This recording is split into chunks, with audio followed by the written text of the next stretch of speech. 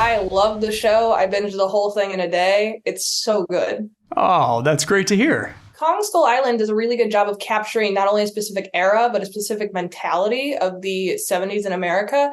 How did you approach capturing the post-World War II mentality of America, not only with the military, but a Japanese scientist? That's a great question, and I agree with you. I think Kong Skull Island is absolutely beautifully done from a stylistic standpoint, but also, as you say, it feels very true to its time.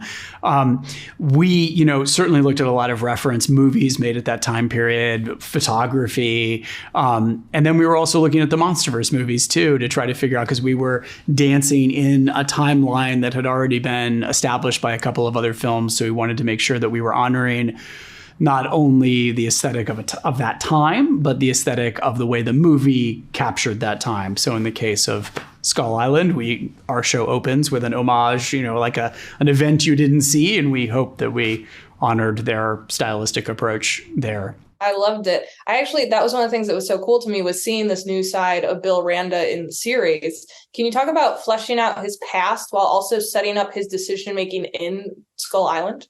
That's a great question that would probably be better for Matt Fraction and Chris Black, who created the show. I mean, they have been working on this for years and working very carefully to build this mythology. But what I can say is that question is one of the reasons why I wanted to do the show, is that I love Godzilla. I love these, epic MonsterVerse films. And I've loved Godzilla since I was a kid watching Toho movie, the original Toho movie with my dad on the couch at home.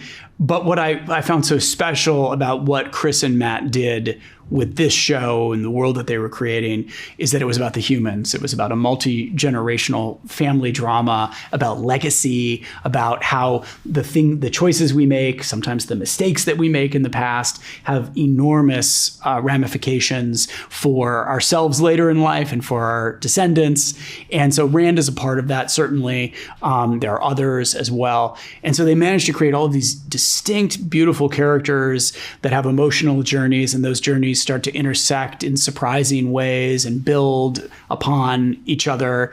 And so, that the kind of puzzle of that, but also the messy human drama of that, felt really fresh and cool. And then it's set against this huge scope and scale of the world of monsters. And hey, I'm all in, Definitely. I was curious, did you approach shooting the scenes that are set in the past differently than those set in the present timeline?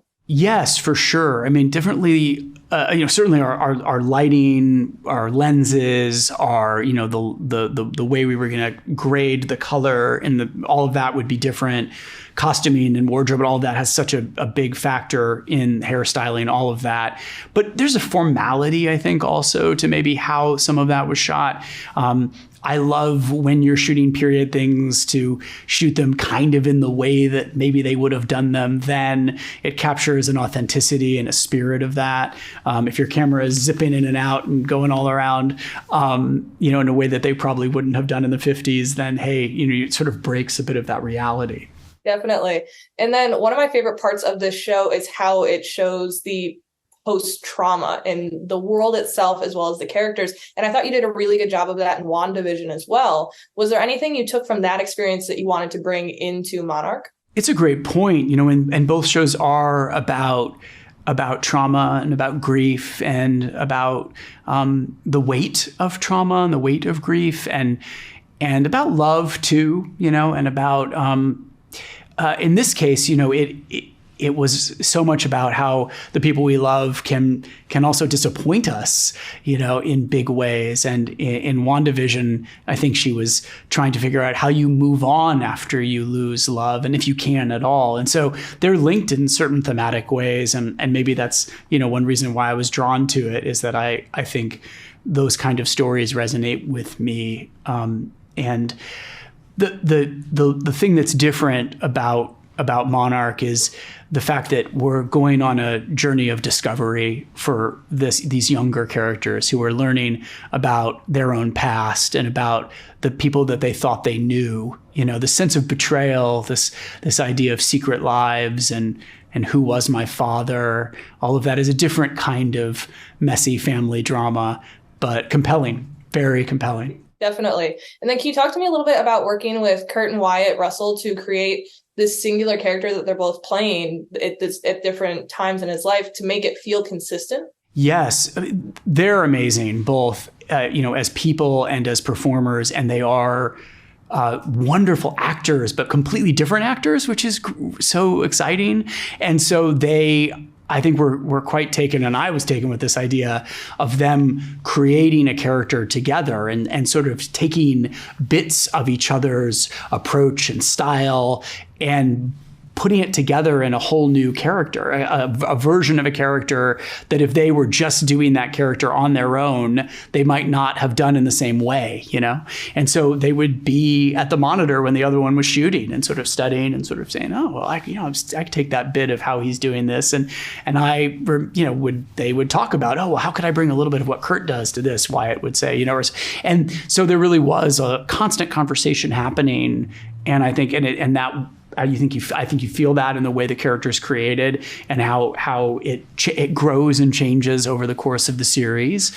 And it's also just charming as a joint father-son project, to a father-son acting family coming together and making something special together was just fun to be a bystander around.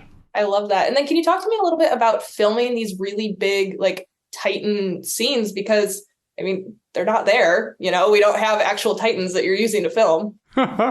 We don't. No, it would be a lot cheaper if we did, maybe, although they probably, it costs a lot to feed them.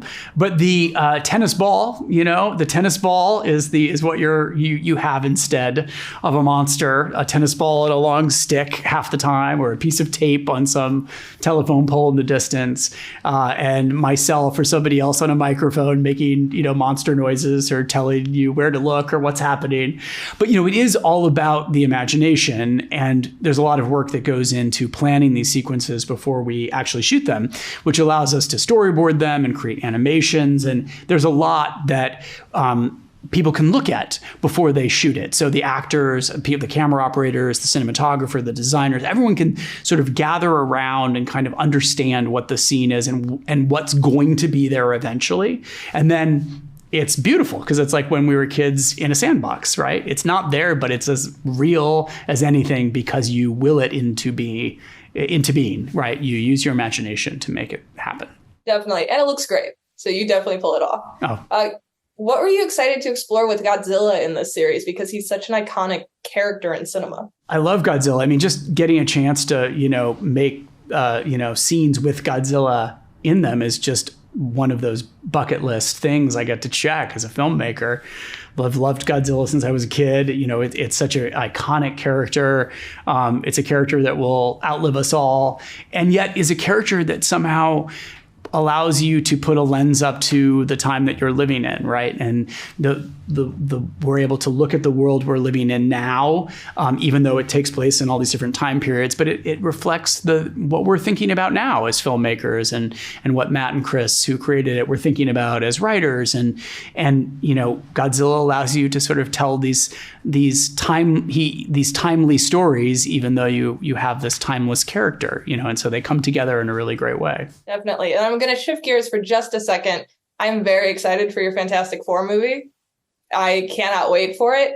And I'm curious, what was it kind of like? What themes are you excited to explore with that maybe sets these heroes apart from others in the MCU? I love the Fantastic Four, just like I love Godzilla. It's funny, we have these characters that you discover when you're a kid and they just stick with you. And Godzilla was one of them, and the Fantastic Four was another, and I also, I think I love the space race, Kennedy era optimism of that world, the idea that we can solve all of our problems, that we can, through the right heart and the right mind and the right technology, conquer any problem.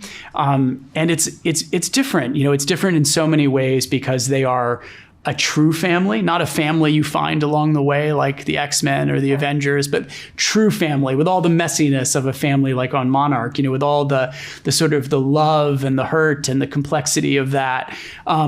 And also they approach things with a sort of an optimistic and scientific approach that is very different from these other Marvel characters that I absolutely love. But how they solve problems is unique unique. And I'm excited about it as well. I hope folks like it when we put it out. Oh, I can't wait. And then what were you really looking forward to digging into with the lore of Monarch? Because we get to see a bunch of new Titans. We get to explore how it was created. What was it that really stuck out to you and drew you in? Was, certainly Godzilla. The minute you say, hey, do you want to do a show with Godzilla? The answer is usually yes. Oh my God, of course. But then I read the pilot script that Matt Fraction and Chris Black had created together, and it's just such a surprising take on Godzilla. And it was fresh, it was emotional, it spoke to me on so many levels as a filmmaker too. I liked the puzzle box of it, but I also loved that at the heart of the puzzle was heart and emotion. I liked that it was this multi-generational story, that it was about trauma. I liked that it was built for television, right? It wasn't saying, we're going to do the Monsterverse on TV and that'll be that. And, it understood that what we love about television, or what I love about television, I think, is characters and people that you root for and that you love and that you get frustrated with and that you want to check in with week to week and figure out how they're doing and where they're going. And you're setting those characters against the huge stakes of a world of monsters. And the way monsters are working in the story is to affect those humans' lives and to change their paths and to make them reevaluate their priorities. And that's really cool, because a movie can spend 2 hours and it's awesome to see Kong fight Godzilla and to be up in the stratosphere with them. Like, yes, I'm there, 2 hours, sign me up. But for 10 hours on television, it's a different thing, I think, that draws us in. It's a different thing that sustains. And they had built something that, had so much heart and also poetry to it, really. And I think that that was undeniably special to me. I completely agree. I think this is the best pilot I've seen in a while. Like, it immediately hooked me in. Oh, that's good to hear. Thanks. Well, thank you so much for taking the time to talk to me. I'm very excited for everyone else to see it. I really hope you guys get a second season. Thank you so much. Thank you.